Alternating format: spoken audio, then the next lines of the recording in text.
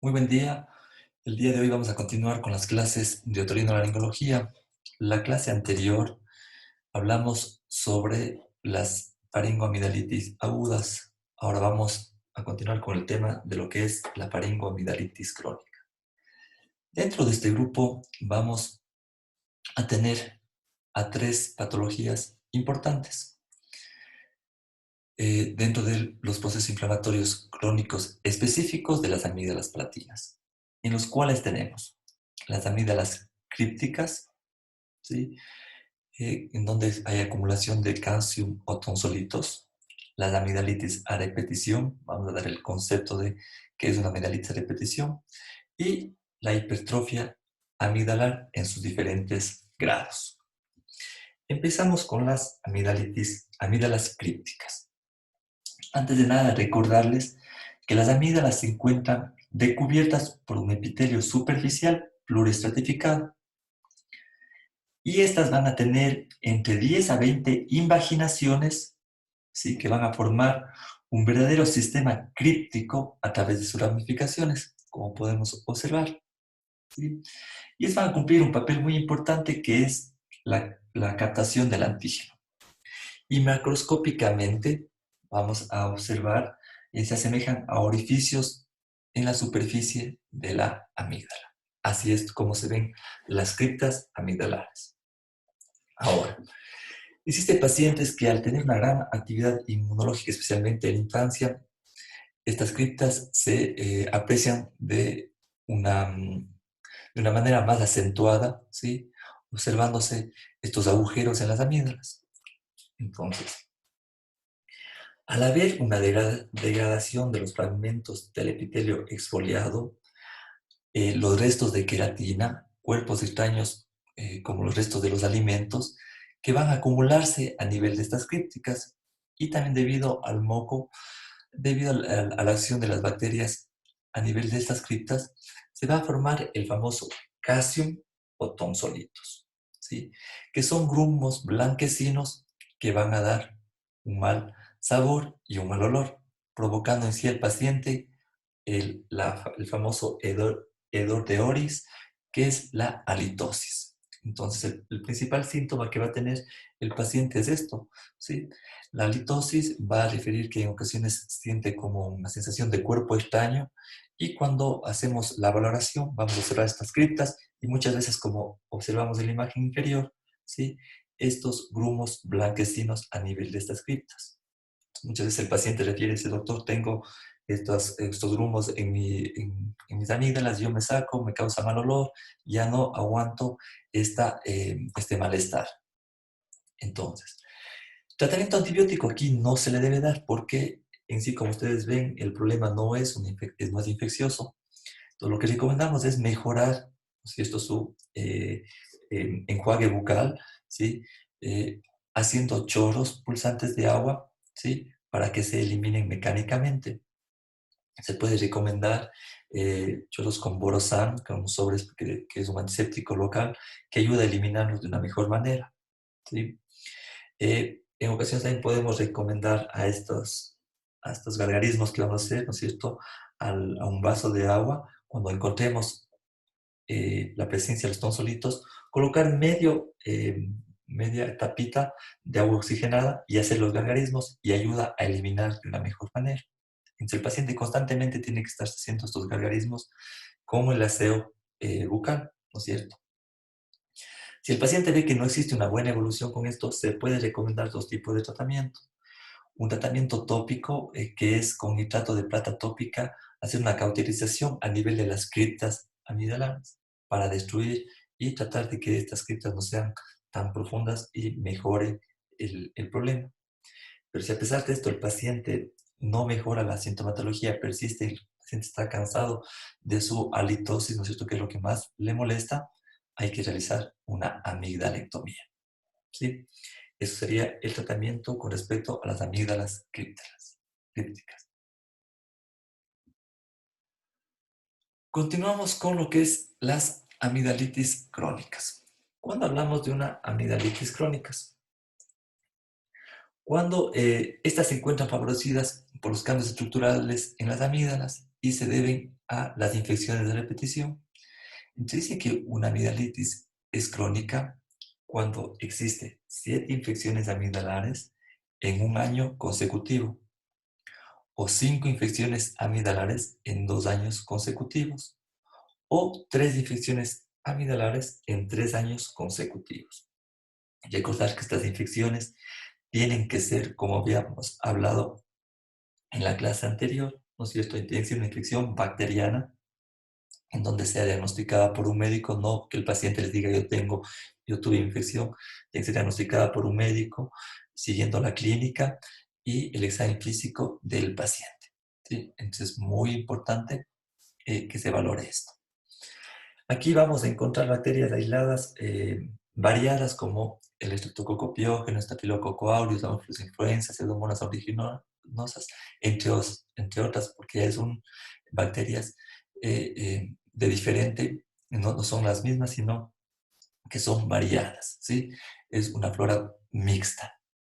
Y esto es más frecuente en pacientes jóvenes, ¿ok? Entonces hay que hacer una buena clínica al paciente para saber qué tipo de tratamiento vamos a realizar. Entonces, la clínica, dolor de garganta crónico, halitosis, amigdalitis y ganglios cervicales persistentes que no mejoran con el tratamiento. Ahora, ¿por qué les he puesto aquí un tratamiento primero antibiótico? Es importante cuando llega el paciente y le dice que tiene más de 5 infecciones o más de 5 infecciones en 2 años o más de 7 infecciones en un año, ya pensamos en una amigdalitis crónica. Pero siempre recomiendo que el paciente tiene primero que ser tratado por ustedes. Entonces, decirle al paciente, muy bien, usted recibió todo este tipo de tratamientos, hacer una buena historia clínica, ver qué tipo de tratamiento recibió, saber si el tratamiento estaba o no estaba con las dosis adecuadas, si cumplió o no cumplió el paciente. Porque muchos pacientes vienen con cuestiones de repetición, pero vemos de que primero eh, recibieron un tratamiento no adecuado o recibieron un tratamiento a bajas dosis, ¿sí? O ellos no cumplieron el tratamiento. Entonces, es el principal causal de las amigdalitis de repetición. Entonces, eso primerito tenemos que valorarlo. Entonces, lo que yo siempre recomiendo a mis pacientes cuando llegan con infecciones, veo qué medicamentos tomaron, veo si las dosis fueron correctas, veo si cumplieron. Y el momento de valorar eso, vemos si tomar un antibiótico que no es el recomendable, entonces empezar, ¿cierto? Yo siempre recomiendo esto de la amoxicilina baseclobulánico, que va bastante bien en caso de que no lo han ingerido o que las dosis fueron demasiadamente bajas. Las cefalosporinas es otra alternativa en caso de que ya tomaron, por ejemplo, la amoxicilina baseclobulánico. Vemos que no fue bien, solo tomaron eso, podemos dar una cefalosporina. O un macrolído, la claritromicina va bastante bien, ¿sí? Entonces, si el paciente ya ha tomado todos estos tratamientos, el paciente ya fue visto por ustedes y ustedes fueron los que dieron este tipo de tratamiento con dosis adecuadas, entonces lo que se recomienda aquí al fracaso es la amigdalectomía, ¿sí? Entonces, hasta ahora recuerden que hablábamos de la amigdalectomía, indicaciones, ha sido amigdalitis a repetición, y también hablábamos de que otra indicación de amigdalectomía era el absceso periamigdalino. Ya tenemos 2 indicaciones para hacer una amigdalectomía. Continuamos con la hipertrofia amigdalar. Entonces hay diferentes grados de hipertrofia, ¿no es cierto? Y diferentes grados van a causar también obstrucción a nivel de las vías respiratorias. Recuerden que las amígdalas adenoides crecen, especialmente los primeros 4 o 5 años, por la mayor actividad inmunológica, ¿sí?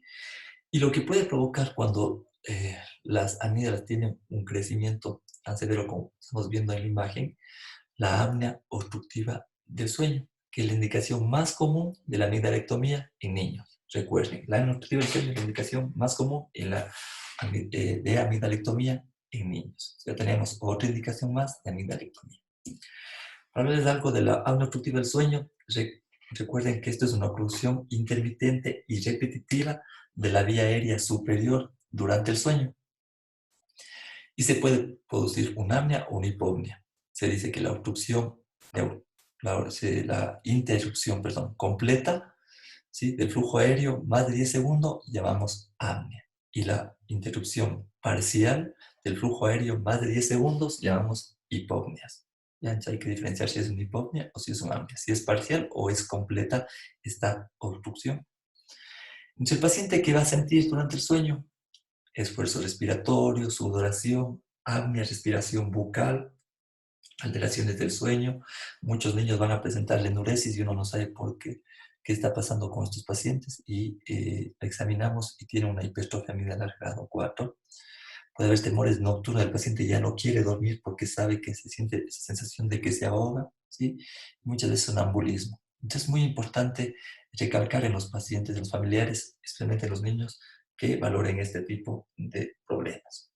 Y durante el día el paciente va a estar con somnolencia diurna, va a tener cefalea, boca seca, mal aliento, dificultad al tragar. Y algo muy importante son niños que no están rindiendo muy bien en su escuelita, tienen bajo rendimiento escolar y va a haber muchos problemas en el aprendizaje. Entonces es muy importante de que tenemos que valorar el apnea obstructiva del sueño o muchas veces van a encontrar esto como SAOS, síndrome de apnea obstructiva del sueño, que hay que valorarlo en el paciente. Recuerden esta definición: interrupción completa o parcial del flujo aéreo más de 10 segundos. Sobre la escala de evaluación de la hipertrofia amigdalina, según Brodsky, nos da 4 grados. Cuando vemos que las amígdalas, recuerden, anatomía, ¿no es cierto? Ahí estamos el istmo de las fauces, pilar anterior, pilar posterior, úvula, base de la lengua. Vemos que no existe afección de la vía aérea, no se le ven las amígdalas, estas amígdalas se llaman intravélicas porque están dentro de los velos del pilar anterior, ¿sí? Entonces se llama intravélicas, no existe afección de la vía aérea. Cuando tenemos un grado 1, ¿sí? Decimos que hay un menos del 25% de obstrucción de la vía aérea, como podemos ver en este gráfico. Un grado 2, entre 25 y 50% de obstrucción de la vía aérea. Un grado 3, entre 50 y 75% de obstrucción de la vía aérea. Vean, ya son unas amígdalas que casi están rozando. Aquí hay que tener cuidado porque estos pacientes ya pueden presentar un síndrome de apnea obstructiva del sueño, porque aunque no están obstruyendo completamente al momento de hacer una faringoscopía, muchas veces estas amígdalas son pendulares, es decir, van hacia abajo y al acostarse el paciente presentan apnea obstructiva del sueño. Los pacientes tienen que estar ya en observación. Y por último, el grado 4, donde hay una obstrucción del más del 75% de la obstrucción de la vía aérea. Vean cómo está aquí una obstrucción completa. Estos pacientes, lo más seguro que es una indicación de una amidalectomía. ¿Sí? Hipertrofia amidalar grado 4. Entonces aquí tenemos las indicaciones de amidalectomía y separado por infecciosas, obstructivas y otros. En las infecciones, las amígdalas recurrentes, las amígdalas de repetición que habíamos hablado, ¿no es cierto? 7 por año, 5 en 2 años o 3 en 3 años consecutivos. 3 infecciones en 3 años consecutivos, 7 infecciones en un año o 5 infecciones en 2 años consecutivos. Amigdalitis recurrente o amigdalitis a repetición. ¿Sí? Hablamos del absceso periamigdalino, que habíamos hablado, cómo se diagnostica y cómo se trata en la clase anterior. Y también se habla de portadores del estreptococo que no responden al tratamiento. ¿Sí? Eso también es otra indicación. Ok. Con respecto a las obstructivas, existen dos. El síndrome apnea obstructiva del sueño, que habíamos hablado la definición, hipertrofia amigdalar, pero grado 4 es una indicación.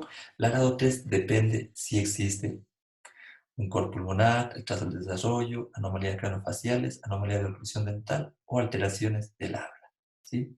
Entonces, una hipertrofia amidalar grado 4 es indicación de amidalectomía. La grado 2 o grado 3 depende si el paciente presenta una de estas comorbilidades. Tenemos que valorar si se realiza o no una amidalectomía. Esto que les quede muy claro. Y otra indicación de amidalectomía es cuando sospechamos de una neoplasia.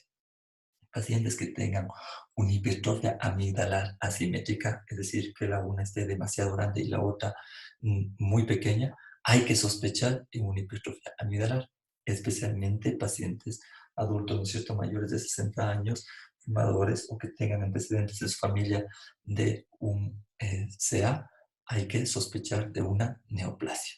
¿Sí? Niños también, pero es más en adultos, pero esta hipertrofia amidalar asimétrica, sospecha de neoplasia. queda claro las indicaciones de amidalectomía. Entonces veamos, en este caso, ¿no es cierto?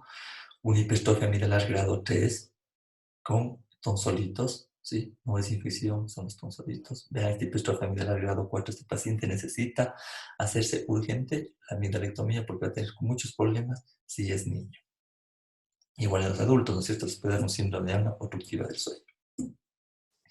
Acá vean una hipertrofia amidalar, pero grado 3 con presencia de tonsolitos. Y acá, ¿cómo definimos esto?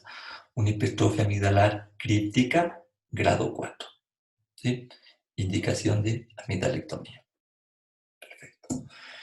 Entonces, el tratamiento quirúrgico consiste en extirpación de las amígdalas platinas de la orofaringe. Se ha considerado como una intervención menor que no implica muchos riesgos ni trastornos físicos inmediatos, pero sus complicaciones operatorias graves pueden producir hasta incluso la muerte. Por eso, es muy importante que sepamos a quién indicamos este tipo de intervención quirúrgica.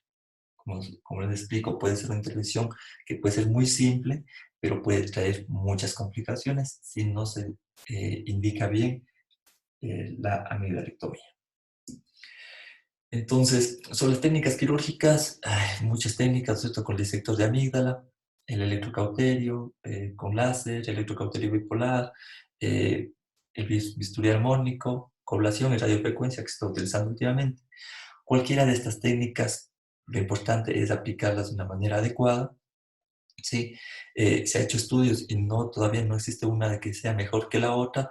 Todas tienen sus riesgos, sus complicaciones y lo más importante, hay que saberlo utilizar para hacerlo de una mejor manera. ¿Ok? La técnica en sí sigue siendo la misma, con abrebocas, ¿no es cierto? Anestesia general del paciente, un tiramígdalas para traccionar a la amígdala, buscar el borde superior para ir buscando el plano de disección, ¿sí? Disecar hasta la parte inferior y retirar la amígdala, aquí en este caso con la asa de disección de amígdala. Acá están utilizando el bipolar, la misma situación. La técnica en sí sigue siendo la misma, lo que cambia aquí, por ejemplo, acá están utilizando el coblator, ¿sí? La radiofrecuencia. Lo único que cambia es con qué vamos haciendo la disección, pero todos tienen el mismo fin. Voy a mostrarles un video, ¿sí? Sacado de Medscape, en donde vean, están haciendo la extracción de la amígdala, estamos sacando, en este caso, la amígdala derecha, ¿no es cierto? Están haciendo la extracción de la amígdala y comienzan a buscar el plano. Aquí están utilizando el electrocauterio, el monopolar. ¿Sí? Es una de las técnicas que yo utilizo, por eso les he colocado en este video, ¿sí? Una tracción de la amígdala y vamos buscando el plano de disección para que evitar sangrados. En ocasiones, aunque uno busque muy bien el plano, suele haber pequeños sangrados y me gusta utilizar el monopolar porque en ese momento vamos cauterizando algún vaso que se encuentre sangrando, ¿sí? Entonces tenemos que tener con mucho cuidado. Aquí tenemos la succión, el ayudante nos permite aspirar para nosotros no perdernos en el plano y seguir buscando el plano de disección y evitar, recuerden de que en la parte interna está el músculo constrictor medio, ¿sí? Que hay que tener mucho cuidado y no causar lesión a ese nivel, ¿sí? Y cuando trabajamos a nivel de la úvula, también tener mucho cuidado de no causar daño en la úvula. Así, continuamos con la disección hasta extraerla por completo. ¿Okay? Esto vemos una amigdalitis hipertrófica grado 4, ¿no es cierto? Cuando se hace la amidalectomía postquirúrgica inmediata, ¿sí? Muchas veces quedan aquí estas lesiones que es por el monopolar, ¿no es cierto? El electrocauterio, que hay que hacer un pequeño cauterizaciones para evitar sangrados. A veces es necesario colocar algunos puntos cuando algún vasito fue lesionado, ¿sí? Evitar lesiones en la úvula, a veces hay edema de la úvula que pueden ver después de la cirugía. Evitar abrir mucho el abrebocas porque puede traer un problema a nivel de la articulación temporomandibular. Y este es muy importante porque esto aproximadamente el día quinto, al día séptimo, un paciente postquirúrgico van a encontrar ustedes así el hecho amidalar, ¿sí? Por la formación de fibrina. Muchos médicos ven esto y piensan que se sobreinfectó, de que está con hongos. me llamo pacientes, doctor, estoy con mucho dolor, me fui donde un médico de aquí del barrio y me dice que estoy con infección micótica. Cuidado con esto, es la formación de la fibrina, hay que explicar al paciente que se cicatriza de esta manera, ¿sí? Aquí lo importante al paciente, que la complicación más grave, recuerden que es el sangrado, entonces eso, decirle al paciente de que hay que tener mucho cuidado, ¿ok? Que no se asusten cuando vean este tipo de cicatrización. Entonces, las indicaciones postquirúrgicas, mantener una buena hidratación es muy importante porque recuerden que muchas de estas indicaciones son a pacientes en niños, ¿no es cierto? Entonces hay que mantener una buena hidratación. Se mantiene por NPO durante unas 6 horas aproximadamente y luego se les recomienda una dieta blanda. Y yo recomiendo mucho que pueden utilizar gelatina fría o helado, les ayuda bastante a calmar un poco el dolor, a tener un poco de analgesia en sí. Evitar la comida que sea muy, muy dura, como el canguil que puede lesionar, o papas fritas que les puede lastimar en lugar de las heridas. Antibiótico terapia para una mejor resolución. Analgesia con AINES puede ser ibuprofeno, que va bastante bien en niños, ¿no es cierto? Puede ser la dosis. En adultos pueden utilizar un ketorolaco, ketoprofeno, Celebrex, Celecoxib, cualquiera de estos va bastante bien en los adultos, ¿sí? Y en casa es muy importante de que pacientes adultos que eviten fumar, o si están niños que eviten fumar dentro de la habitación del niño, ¿cierto? Evitar levantar objetos pesados y hacer esfuerzo durante los 10 días. Muchas veces los niños después de la cirugía no sienten dolor, entonces están jugando, están saltando, entonces hay que explicarles que estén tranquilos y de que eviten hacer algún tipo de esfuerzo porque se puede producir el sangrado, que es la principal complicación dentro de los primeros 10 días, ¿sí? Y después de eso ya el sangrado casi no se ha presentado, aunque sí ha habido casos que se reportan que ha habido sangrado el día 25 después de una amigdalectomía. Muy raros, pero puede haber. Y esto es muy importante advertir al paciente que al tercer o al quinto día el dolor va a disminuir, pero luego como tiende a exacerbarse, va a aumentar el dolor. En ocasiones yo tengo que mandarles inyecciones extras porque al día quinto, día sexto me llaman, doctor, tengo un dolor intenso. No sabe el por qué, me parece que es por la cicatrización en sí que se va provocando, que les duele bastante al día quinto o sexto después de la intervención quirúrgica. ¿Sí? Y luego se mantienen bien sin ningún inconveniente. Ok. Eso sobre lo que es las faringoamidalitis crónicas. Quiero hablarles un tema muy rápido de lo que es faringitis crónica. ¿Sí? En sí se considera que hay formas hipertróficas, granulosas o formas atróficas, ¿sí?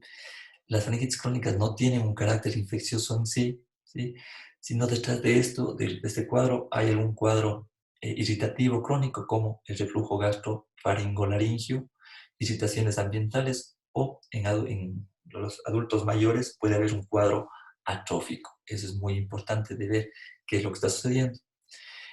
Estas imágenes sí son de faringitis crónica que quiero que lo valoren bien.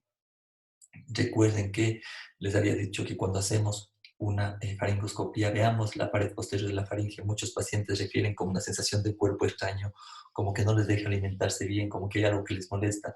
Y hacemos el examen físico y vemos esto, unas lesiones, una hipertrofia, nosotros folículos linfoides en la pared posterior de la faringe. Igual, aquí acumulado en la parte media y aquí acumulado en la parte lateral. ¿Sí? Entonces, como les dije, ellos sienten una sensación de cuerpo extraño, garraspera, prurito o dinofagia o dinodisfagia al tragar la saliva. Eh, entonces, eso es muy importante que lo valoren.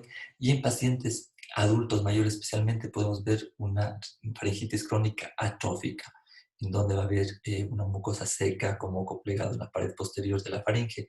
Hay que indicarles mucho a estos adultos mayores que se hidraten bastante. Eso les va a ayudar mucho para mejorar, ayudar mucho con enjuagues naturales, que puede ser con agua de manzanilla, para que mejoren, ¿no es cierto? Muchas veces con un poco de antihistamínicos mejoran el goteo retronasal, que cómo podemos tratar a estos pacientes. Y con respecto a esto de la hipertrófica, si esos pacientes son fumadores, hay que tener mucho cuidado porque un eh, eh, CA a este nivel, ¿sí? Sospechar un CA, puede esto ir aumentando, ¿sí? Entonces hay que hacer una biopsia a este nivel. Si son pacientes fumadores, si ven que no mejora con el tratamiento, si hay un antecedente de reflujo gastroesofágico, mandemos terapia con inhibidores de la bomba de de protones, ¿no es cierto? El umesol puede ser, pero en dosis altas, cada 12 horas por lo menos, cumplir unos 2 o 3 meses, que les va a ayudar mucho. Evitar los irritantes, evitar el tabaco, y estos pacientes mejorarán. En ocasiones, estos pacientes podemos hacer también a este nivel, hacer una cauterización con nitrato de plata para que mejoren estas lesiones. ¿Sí? Entonces, esto con respecto a la faringitis crónica, les agradezco mucho por su atención. Nos estaremos viendo pronto. Un buen día. Justo.